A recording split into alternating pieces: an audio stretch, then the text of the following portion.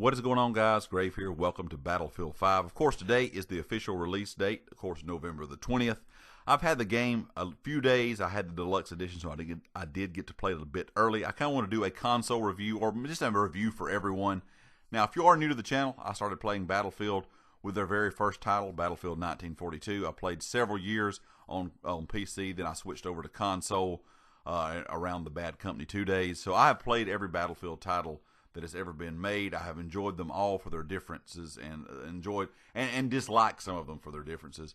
And I understand that a lot of people are not really excited about Battlefield 5.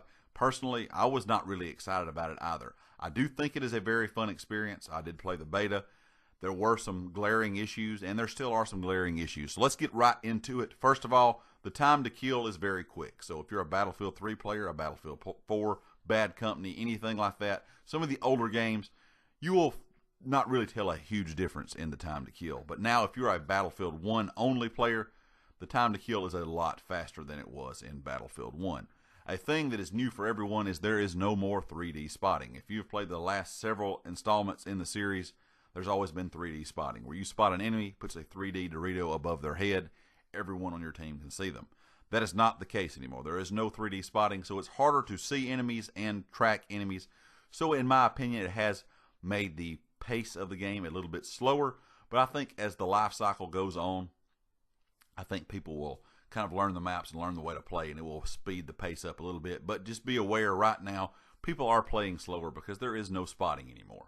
Also, there is limited health regen and limited ammo.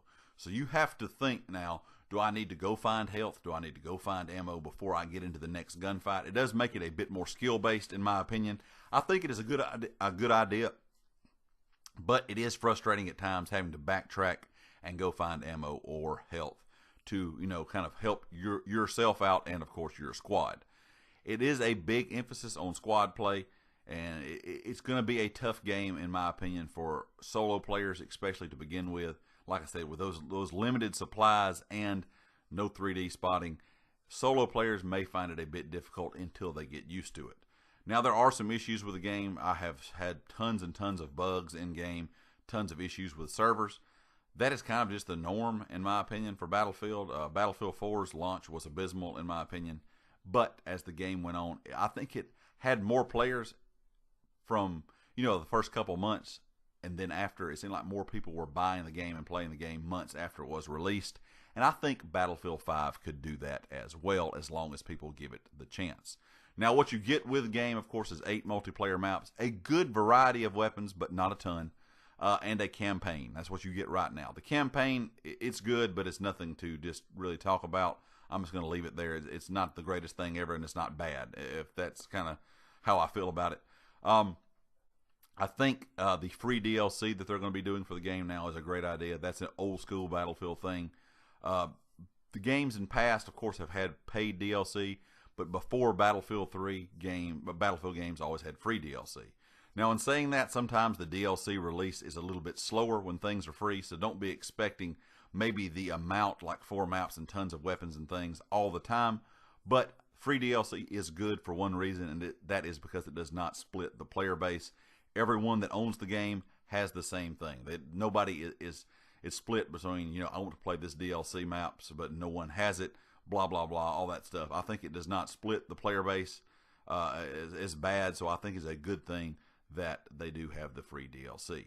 All in all, guys, I think it's a very enjoyable game. As long as updates are handled correctly, I'm really hoping they start splitting the updates, do different updates for console and PC. That's something I've wanted for a long time, because I feel like that needs to be done, just in my opinion. But I think this game, if people give it the chance and DICE puts the work into it, in a couple months, there may be more people playing this than there were at the start, kind of like Battlefield 4 was. Hopefully, more people get into the game and give it a chance. I understand if you want to wait a bit to buy it. I don't blame you at all. But when you do get it, give it a chance. Tell me what you think about it in a comment. Of course, if you liked it, hit the like. If you haven't subscribed yet, please do so, and I'll catch you next time. Peace.